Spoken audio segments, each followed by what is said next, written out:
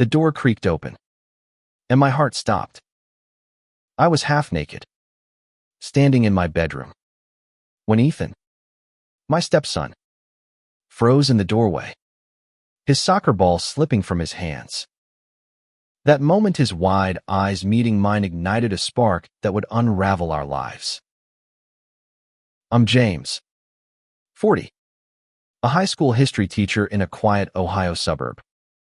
My life had settled into a predictable rhythm, grading papers, cooking dinner for my husband Mark and his son Ethan, and navigating the delicate balance of being a stepdad. Mark, 42, was the love of my life, a soft-spoken architect with a laugh that could light up a room. We'd been married for 3 years, blending our lives with care, though Ethan, now 17, kept me at arm's length. He was a good kid, smart, athletic, with a mop of dark hair and a guarded heart. His mother's death when he was 10 had left scars, and I was the outsider trying to fit into his world. That afternoon, I'd come home early, exhausted from a long day of parent-teacher conferences. The house was quiet. Ethan at soccer practice, Mark at a late meeting. I slipped into our bedroom, peeling off my button-down, ready for a quick shower. The mirror reflected my tired eyes and the faint scar on my chest from a surgery years ago. I didn't hear the front door open or Ethan's footsteps. The bedroom door swung wide, and there he was, staring. James. Oh, God. Sorry. Ethan stammered, his face flushing red. He backed up, nearly tripping over his own feet. It's okay, Ethan. Just give me a sec, I said, grabbing a shirt to cover myself, my pulse racing. It wasn't just the embarrassment of being caught half-dressed. It was the look in his eye shock. Yes, but something else. Curiosity. Fear.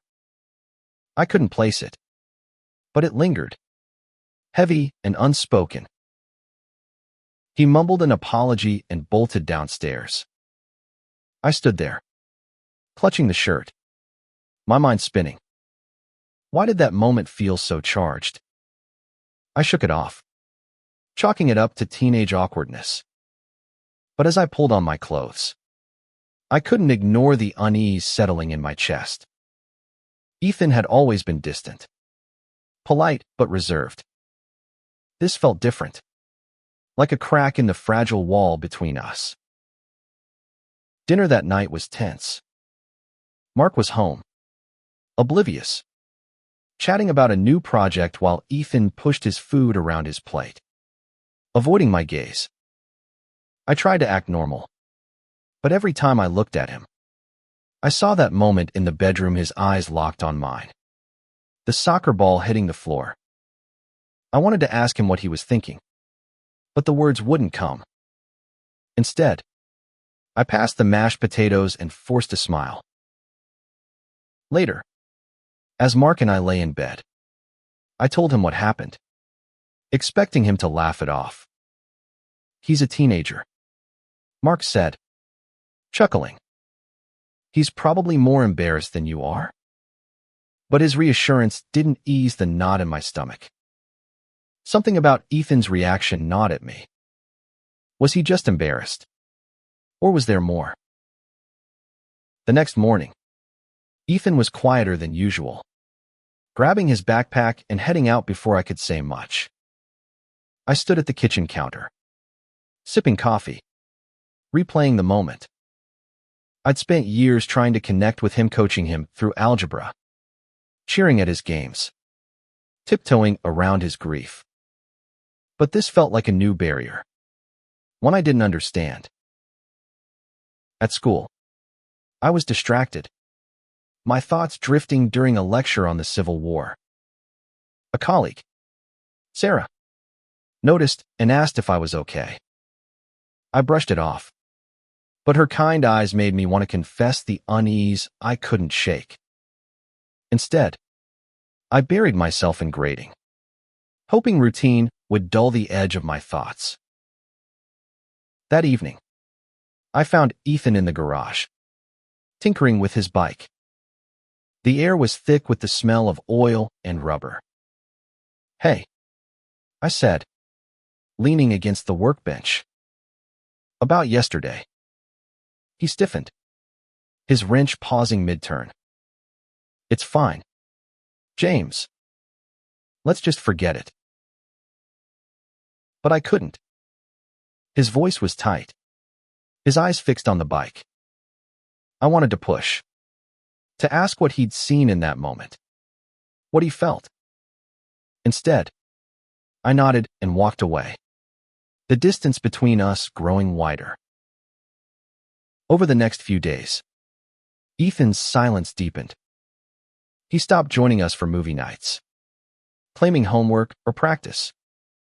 Mark didn't seem to notice, but I did. Every avoided glance, every quick exit from the room, it was like he was hiding something. Or maybe I was. The memory of his eyes on me haunted my dreams, stirring feelings I couldn't name. One night, I found a notebook on the kitchen table, Ethan's messy handwriting scrawled across the cover. I didn't mean to snoop, but it was open, and a single line caught my eye: "I don't know who I am anymore." My heart sank. Was this about me? About us? I closed the notebook, guilt washing over me. But that sentence burned into my mind. I didn't know it then, but that moment in the bedroom was the start of something bigger, a unraveling of secrets, a collision of hearts that would change our family forever. The notebook haunted me. Ethan's words, "I don't know who I am anymore," looped in my mind like a song I couldn't shake. I wanted to talk to him, to ask what he meant. But every time I tried, he slipped away, a shadow in our own home. It was a crisp October evening, the kind where the air smells of leaves and possibility. Mark was out with clients, leaving Ethan and me alone. I found him in the backyard, kicking his soccer ball against the fence with a rhythm that felt more like anger than practice. I watched from the porch, my breath visible in the cool air, debating whether to approach. The notebook's words pushed me forward. "Ethan," I called, stepping onto the grass. He caught the ball, his shoulders tensing. "Can we talk?" He shrugged, eyes on the ground. "About what?" I hesitated, the weight of his notebook heavy in my mind. "Just stuff. You've been quiet lately." "I'm fine," he said, too quickly. But his grip on the ball tightened, knuckles pale. I sat on the porch steps, hoping he'd join me. After a moment, he did, dropping the ball and sitting a few feet away. The silence stretched, broken only by the distant hum of a neighbor's lawnmower.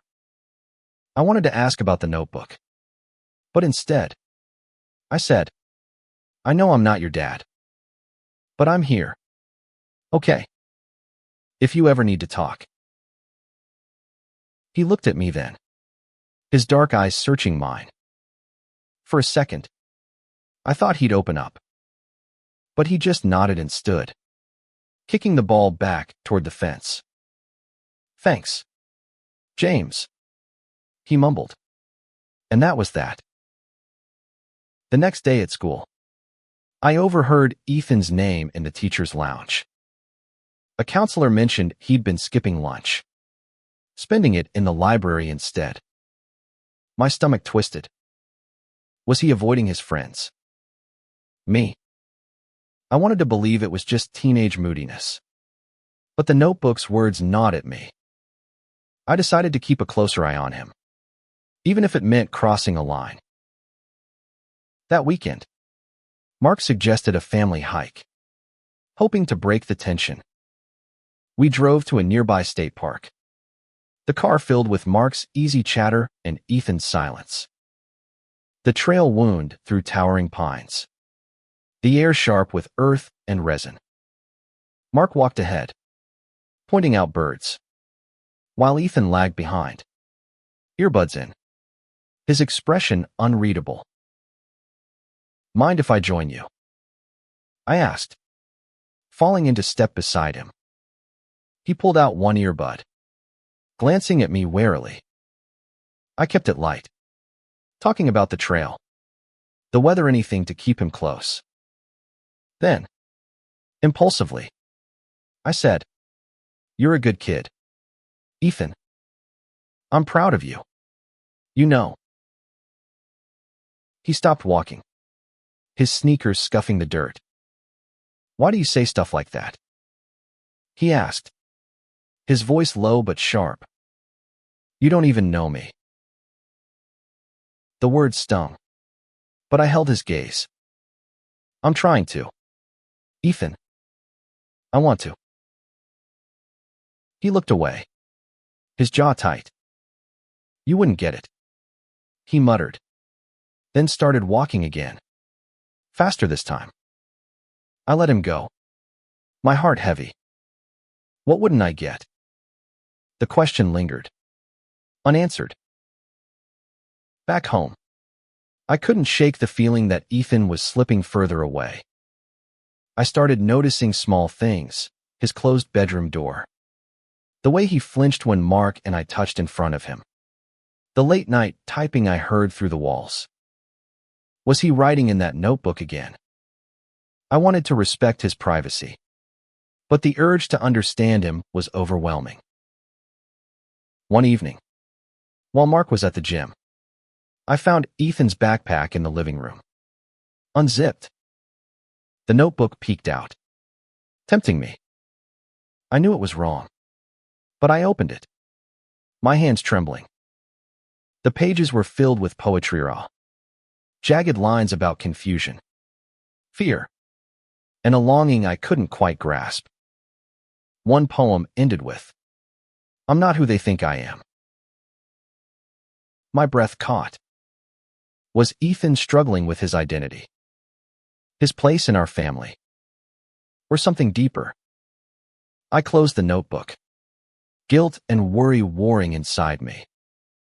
I wanted to help him, but I didn't know how without betraying his trust. The next morning, Ethan caught me off guard. I was making coffee when he walked in, his face pale. "James, did you touch my stuff?" he asked, his voice shaking. I froze, the mug burning my hand. I saw your notebook. I'm sorry, Ethan. I was worried." His eyes flashed with anger, then hurt. "You had no right," he said, grabbing his backpack and storming out. The slam of the front door echoed in my chest. Mark found me staring at the coffee pot, lost in thought. "What's going on with you two?" he asked, his brow furrowed.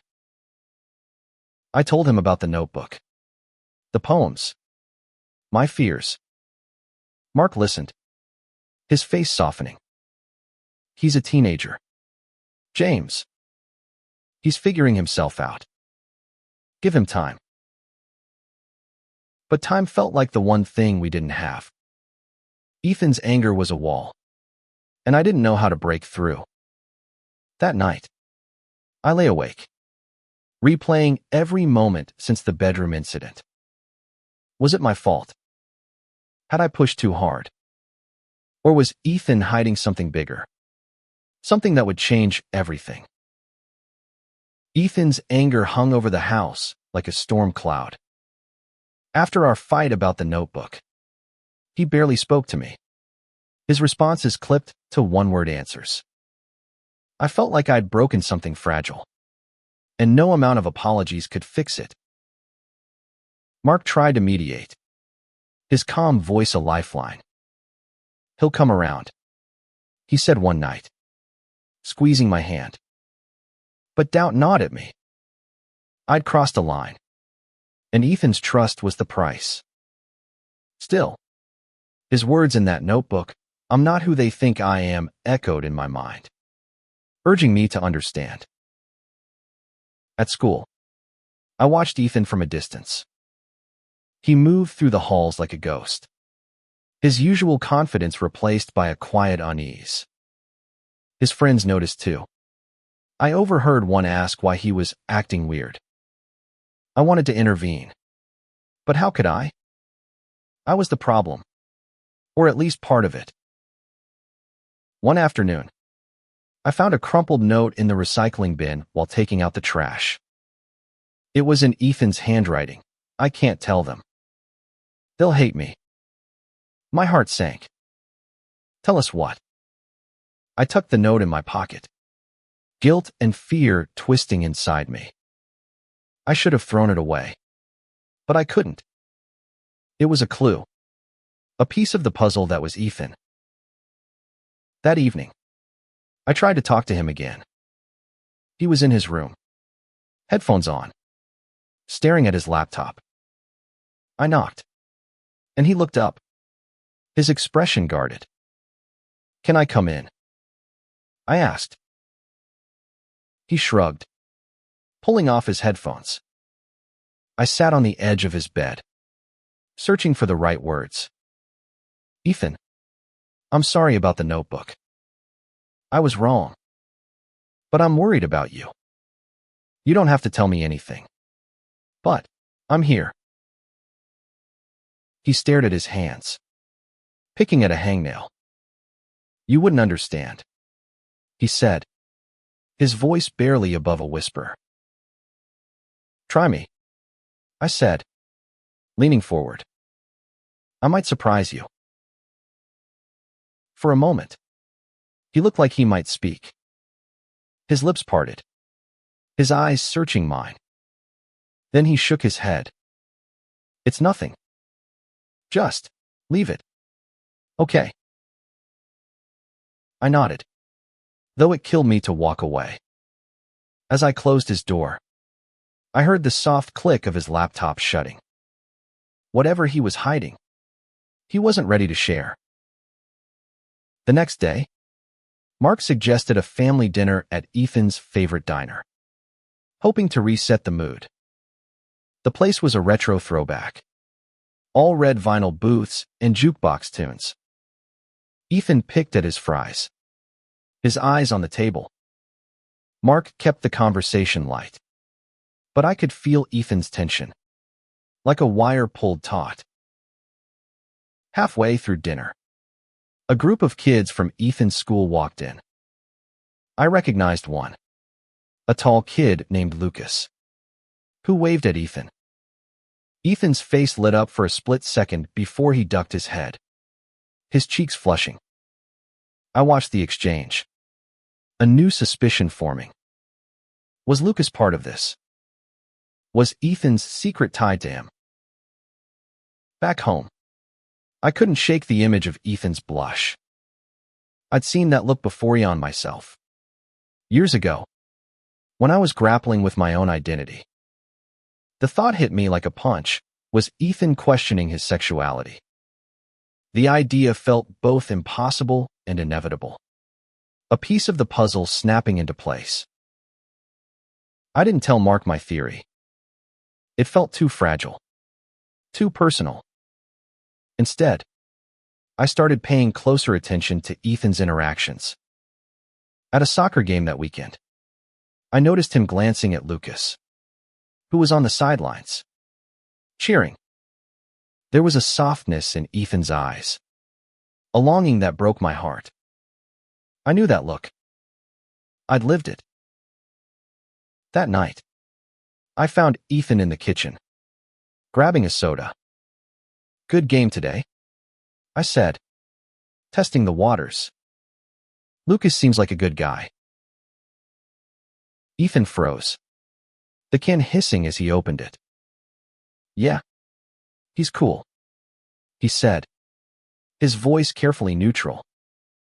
But his hands shook slightly, betraying him. I wanted to say more, to tell him I understood, that he wasn't alone. But the words caught in my throat. Instead, I smiled and said, "You played great out there." He nodded and left, the moment slipping away. The next week was a blur of routine school, soccer, dinners where Ethan barely spoke. But the tension was building, a storm waiting to break. One night, I overheard him on the phone in his room, his voice low and urgent. "I can't keep doing this," he said. "It's killing me." I stood outside his door, my heart pounding. Who was he talking to? Lucas. A friend. I didn't knock, but I made a decision. I had to talk to Mark.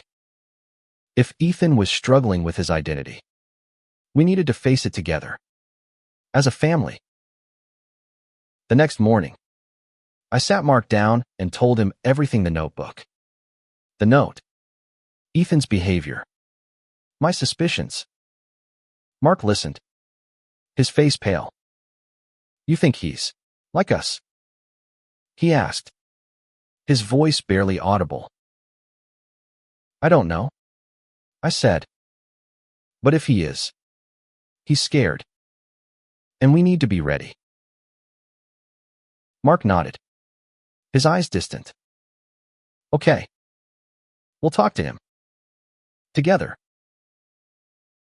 But before we could, everything changed. The storm broke on a Friday night. I was grading papers in the living room when Ethan burst through the front door, his face streaked with tears. Mark was in the kitchen, but he froze at the sound of Ethan's footsteps pounding up the stairs. "Ethan," I called, dropping my pen. No answer, just the slam of his bedroom door. Mark and I exchanged a glance, our earlier conversation about Ethan's struggles fresh in our minds. We climbed the stairs, hearts heavy, and knocked softly. "Ethan, buddy, can we come in?" Mark asked, his voice gentle but firm. There was a long pause, then a muffled, "Fine." We found him on his bed, knees pulled to his chest, his eyes red and swollen. My heart ached at the sight. This wasn't the confident kid I'd watched score goals or banter with friends. This was a boy breaking under a weight he couldn't name. "What's wrong?" Mark asked, sitting beside him. I stayed by the door, giving them space but ready to step in. Ethan shook his head, wiping his face with his sleeve. "Nothing. Just bad day." "Ethan," I said, stepping forward. "You don't have to go through this alone. We're here." His eyes met mine, and for the first time, I saw something crack: fear. Yes, but also a flicker of trust. He took a shaky breath. "You wouldn't get it," he said, but his voice lacked the usual defiance. Mark reached for his hand. "Try us. We love you, no matter what." The room felt like it held its breath.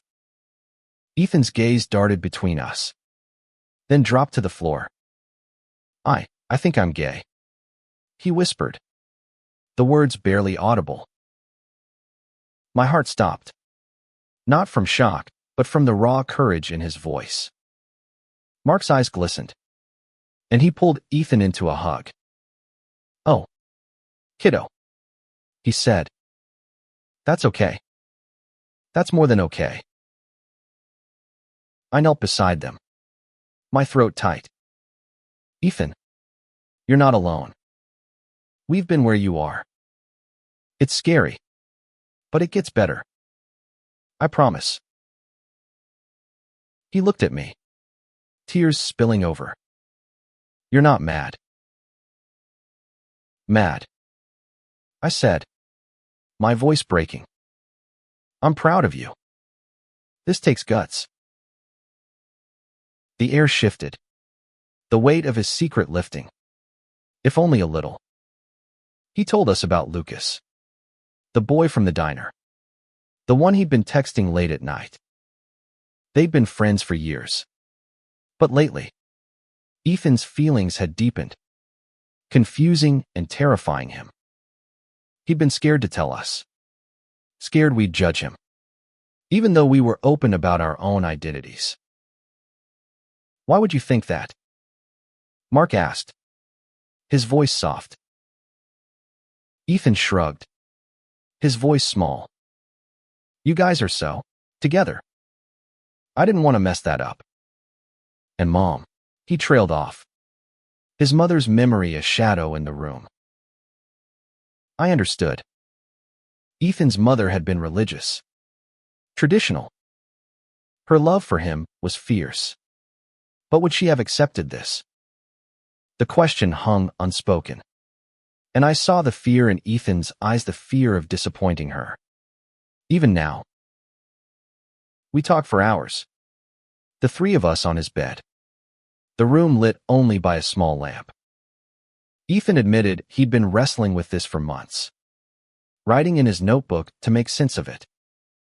The moment in the bedroom, when he'd walked in on me, had been a catalyst not because of me, but because it forced him to confront his own vulnerability. I saw you and Dad together once, he said, his voice barely audible. Kissing in the kitchen. It freaked me out. Not because of you, but because I felt something. Like maybe I was like that too. My heart broke and soared at once. I remembered those early days of questioning, the fear and exhilaration of discovery. I wanted to protect him from the pain, but I knew this journey was his to walk. The next day, Ethan seemed lighter, though still fragile. He joined us for breakfast, even cracked a joke about Mark's terrible pancakes. But I knew this was just the beginning. Coming out to us was one thing. Facing the world as friends, his school, himself was another. That week, I noticed a change in Ethan. He started talking to Lucas again, their texts lighting up his phone. I caught him smiling at his screen, a shy, hopeful smile that made my chest ache. But I also saw the fear in his eyes when he left for school, the way he scanned the halls for judgment. One afternoon, I picked him up from practice. Lucas was there, tossing a ball with Ethan, their laughter easy and unguarded. In the car, Ethan was quiet, but I could feel the shift. You like him, don't you? I asked, keeping my tone light. He blushed, staring out the window. Yeah, maybe. I smiled. He seems like a good guy. Just take it slow. Okay. And talk to us if you need to. He nodded. And for the first time in weeks, he didn't pull away. Ethan's confession changed everything, but it didn't erase the challenges.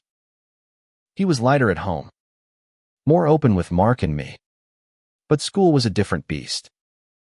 I saw it in the way he carried himself, shoulders hunched, eyes scanning for threats. Coming out to us was one hurdle. Facing his peers was another.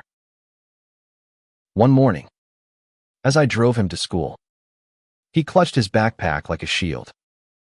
You okay? I asked, glancing at him. He nodded, but his jaw was tight. Just, some guys on the team were talking. About, gay stuff. Not in a good way. My grip on the steering wheel tightened. Did they say something to you? Not directly, he said, staring out the window. But I heard them. They think it's a choice or a sin or whatever. Anger flared in my chest, but I kept my voice calm. You know that's not true, right? You're not wrong for being who you are.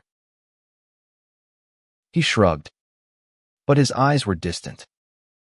I just don't want to deal with it. I wanted to fix it, to storm into that locker room and set those kids straight. But this wasn't my fight, it was Ethan's. And all I could do was be there. If it gets bad, tell me. Or your dad. We've got your back. He gave a small nod, but I could see the fear lingering. That night, I told Mark about the conversation. His face hardened, a rare flash of anger in his usually calm eyes.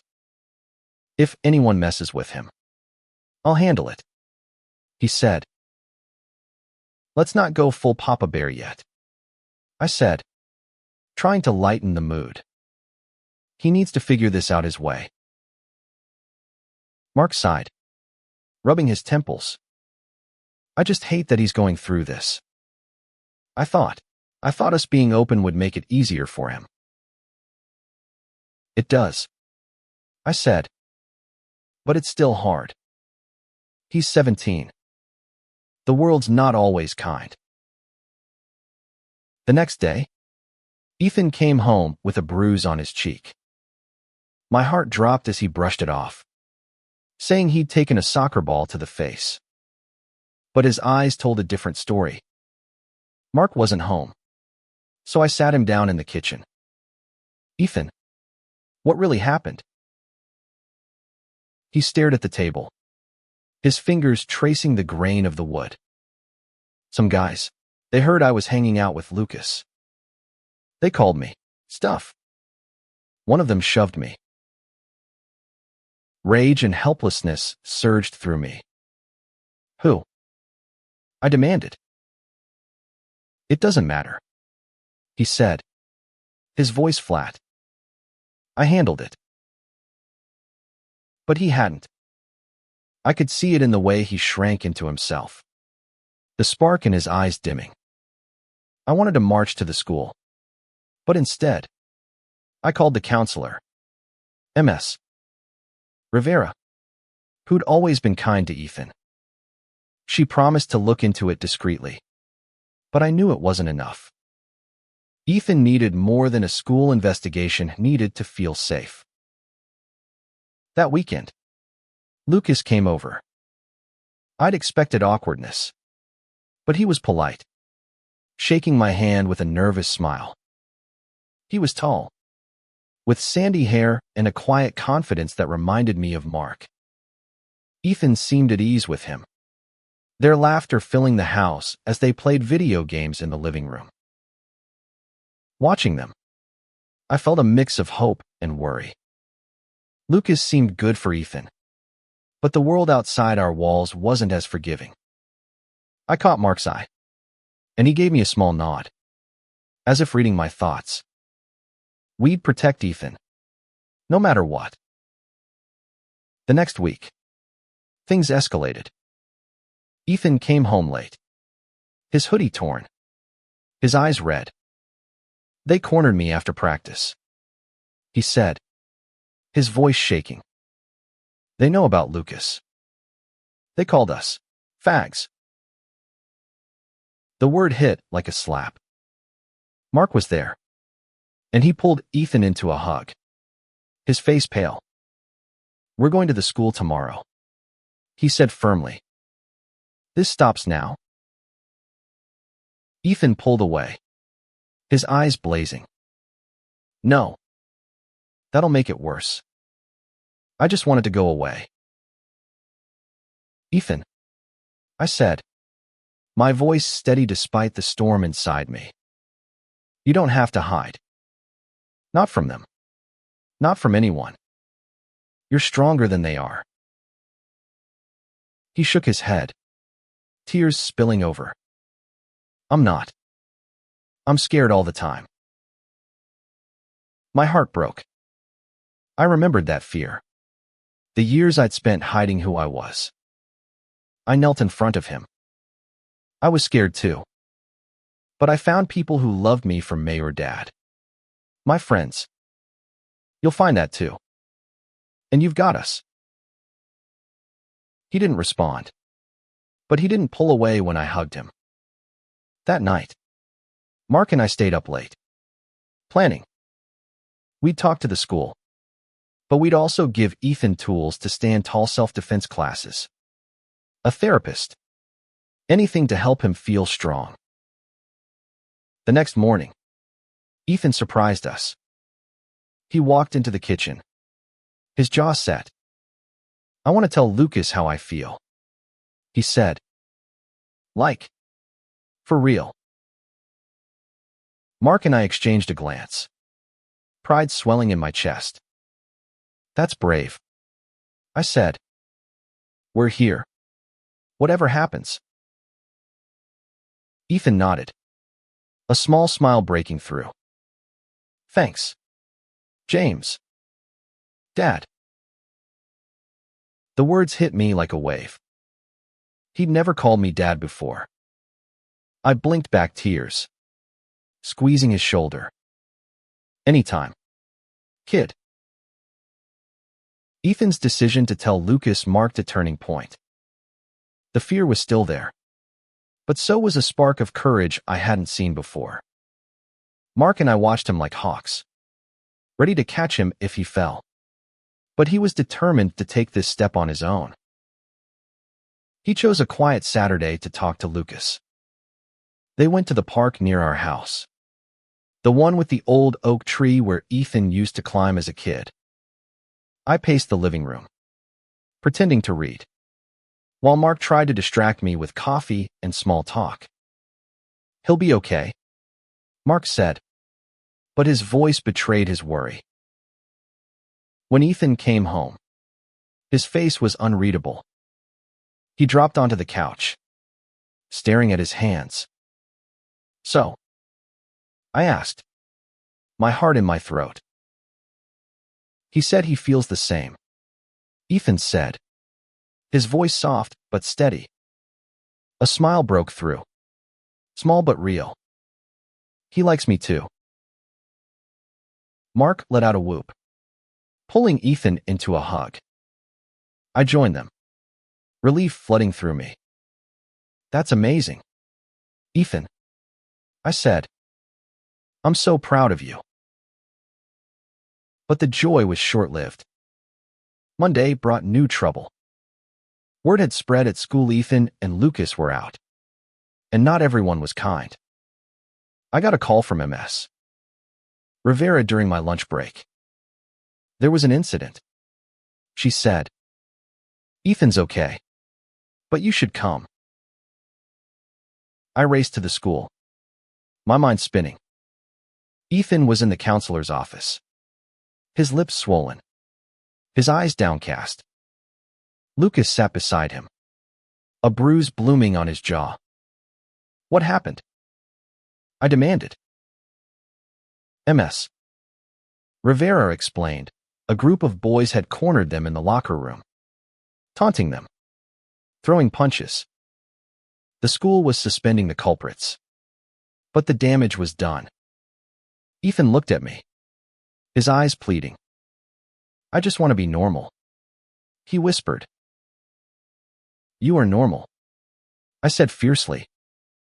Those kids, they're the ones with the problem. Lucas nodded, his hand brushing Ethan's. The gesture was small but bold, and I saw the strength in it. They were facing this together, and that gave me hope. Mark and I met with the principal that afternoon. We demanded better protections, anti-bullying programs, a safe space for kids like Ethan and Lucas. The principal was sympathetic but vague, promising steps without specifics. I left the meeting frustrated, knowing change wouldn't come easily. At home, Ethan and Lucas spent more time together, their bond growing stronger.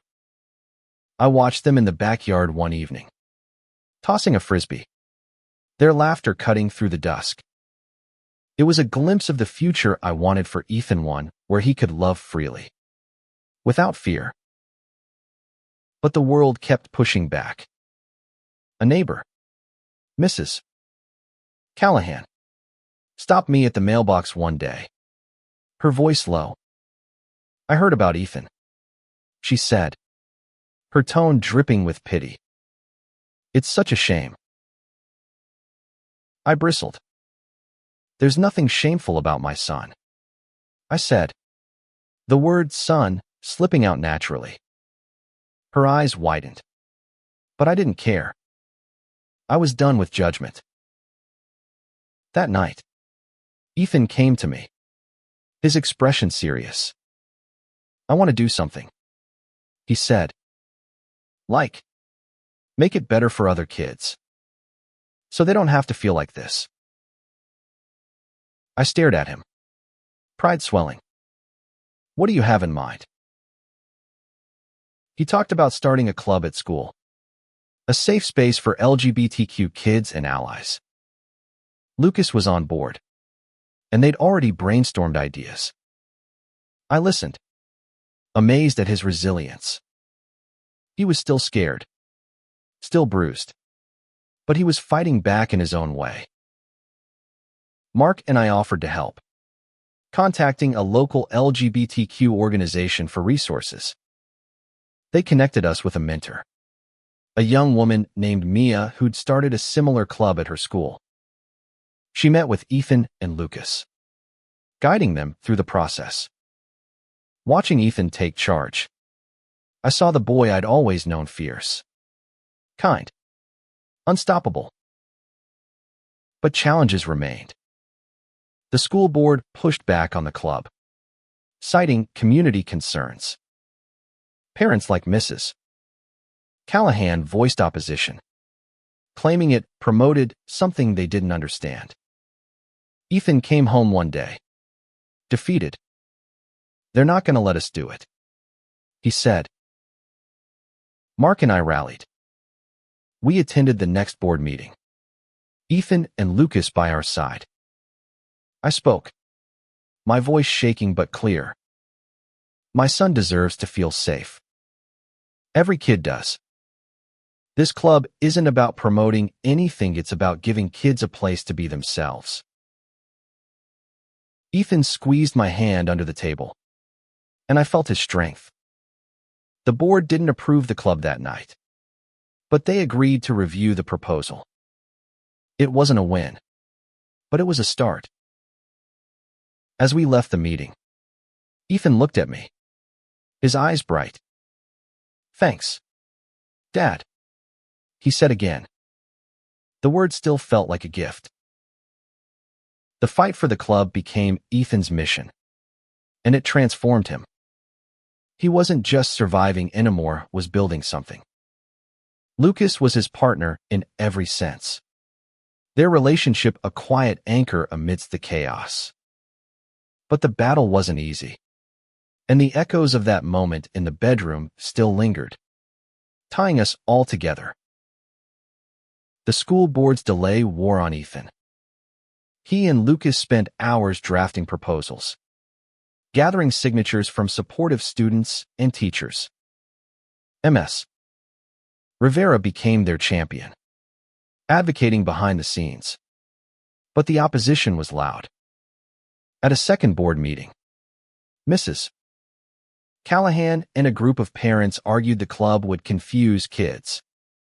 I watched Ethan's face tighten, his hands clenched in his lap. "Confuse," he whispered to me, his voice bitter. "They don't get it." I squeezed his shoulder. "They will. Keep fighting." And he did. He and Lucas organized a rally outside the school. A small but bold gathering of students holding signs. "Love is love. Safe schools for all." I stood with Mark, watching our son speak to the crowd, his voice steady despite the nerves I knew he felt. "We're not asking for special treatment," he said. "We just want to feel safe being who we are." The crowd cheered, and I saw Lucas beaming, his hand brushing Ethan's. My heart swelled, but worry lingered. The rally drew attention, some good, some bad. A local news outlet covered it, and while most comments online were supportive, the hateful ones cut deep. Ethan tried to shrug them off, but I saw the toll they took. At home, we created a safe haven. Lucas became a regular fixture, his quiet humor balancing Ethan's intensity. One night, they cooked dinner together, bickering over spices while Mark and I watched, pretending not to eavesdrop. It felt normal, like the family we'd always wanted. But normal was fragile. One evening, I found Ethan in his room, staring at a hateful comment on his phone. "Fags don't belong here." He deleted it before I could say anything, but his hands shook. "Why do they care so much?" he asked, his voice breaking. I sat beside him, searching for words. Some people are scared of what they don't understand, but their fear doesn't define you. You're stronger than that. He nodded, but the doubt in his eyes lingered. I wished I could shield him from the world, but all I could do was stand beside him. The school board finally approved the club, a hard-won victory. Ethan and Lucas named it Spectrum, a nod to the diversity of identities it would support. The first meeting was small, just a handful of kids in a classroom after school, but it was a start. Ethan came home buzzing, his face alight with possibility. "You should have seen it," he told us over dinner. Kids actually showed up. They felt safe. Mark raised his glass. "To Spectrum." "And to you, Ethan." But the victory came with a cost. The bullying didn't stop. It just got sneakier. Notes in Ethan's locker. Whispers in the halls. Lucas faced it too, his easy smile fading. I started driving them to and from school, a small way to protect them. One afternoon, Lucas opened up in the car. "My parents aren't like you guys," he said. "They don't get it. They think it's a phase." Ethan reached for his hand, and I caught it in the rearview mirror. "You've got us," Ethan said, and I felt a surge of pride. That night, Mark and I talked about the future. "They're strong," he said, "but they're so young. What if it's too much?" "It is too much," I said, "but they're not alone. We'll get them through this." The next challenge came unexpectedly. Ethan's history teacher, Mr. Daniels, pulled me aside at school. "Ethan's grades are slipping," he said. "He's distracted. I know he's got a lot going on, but he needs to focus." I nodded, guilt creeping in. Had we pushed him too hard? That night, I sat him down. "School's important, Ethan. Spectrum's amazing, but you can't let it take over." He sighed, running a hand through his hair. "I know. It's just, this feels bigger than grades. Like it matters more." I understood, but I also saw the exhaustion in his eyes. "You can do both," I said. "You're strong enough. But let us help." He nodded, and for the first time in weeks, he hugged me without hesitation. "Thanks, Dad," he whispered. The word still hit like a gift, but now it carried a new weight, a promise to keep fighting together. The months that followed were a delicate dance of progress and setbacks. Spectrum grew, drawing more students. Even a few unexpected allies from Ethan's soccer team. But the hate lingered, a shadow that never fully faded. Ethan and Lucas faced it head-on, their bond a quiet strength. But I saw the toll it took: the sleepless nights, the guarded glances. One spring evening, Ethan came to me with an idea. "I want to host a Spectrum event," he said. "Like a talent show, but for everyone. To show we're just people." I loved the idea, but worry crept in. "It'll draw attention," I said. "Good and bad." "I know," he said, his jaw set. "But I'm tired of hiding." Mark and I helped him plan, renting a community center and spreading the word. Ethan and Lucas rallied their friends, and even MS. Rivera pitched in, securing school approval. The event, called Shine, was set for a Saturday night, with performances, art, and speeches to celebrate identity in all its forms. The day arrived, and the center buzzed with energy. Kids set up posters, strung fairy lights, and rehearsed acts.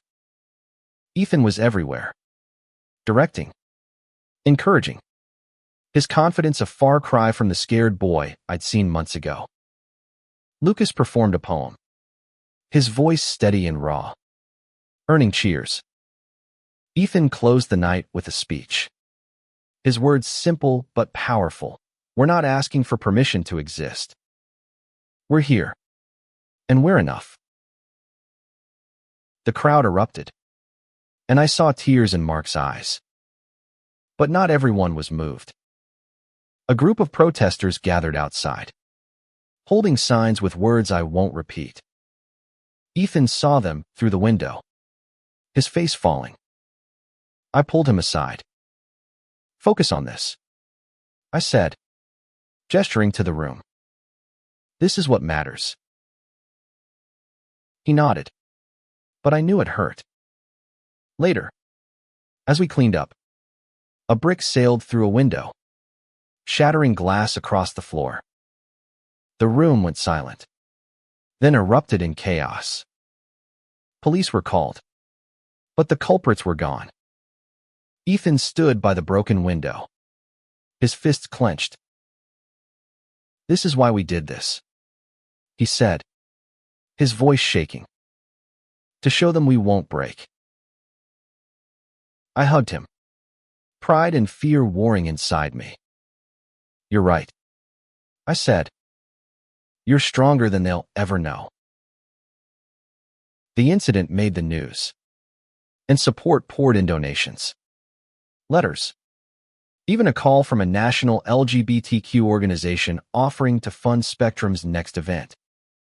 Ethan and Lucas were hailed as heroes, but they didn't feel like it. They were tired, worn down by the fight. I saw it in the way Ethan slumped at the kitchen table, in Lucas's quieter smiles. One night, as summer approached, Ethan and Lucas sat us down. "We're thinking about college," Ethan said. "Somewhere easier. Maybe California. Somewhere we can just be us." Mark and I exchanged a glance. The thought of Ethan leaving stung, but I saw the hope in his eyes. "Wherever you go," I said, "you'll always have a home here." Lucas smiled, his hand in Ethan's. "Thanks, Mr. C. You guys made this bearable." The school year ended with Ethan's grades back on track and Spectrum stronger than ever. He and Lucas were accepted to a college in San Francisco, a place where they could breathe a little easier. The night before they left, we had a family dinner, just the four of us. Ethan raised his glass, his eyes bright. To family, he said. The ones we choose. Mark and I toasted, our hearts full. As we cleared the table, Ethan pulled me aside. That day I walked in on you, he said, his voice soft. It wasn't about you. It was about me seeing possibility. Like maybe I could be okay. Tears pricked my eyes. You're more than okay, Ethan. You're incredible. He hugged me. And for the first time, there was no distance between us. The moment in the bedroom, the notebook, the fights they'd all led here, to a family forged in love and resilience. As I watched Ethan and Lucas drive off to college, their car packed with dreams, I felt the echo of that first moment, the door creaking open, the spark of something new. It wasn't just Ethan who'd changed. It was all of us, bound by a love that refused to break.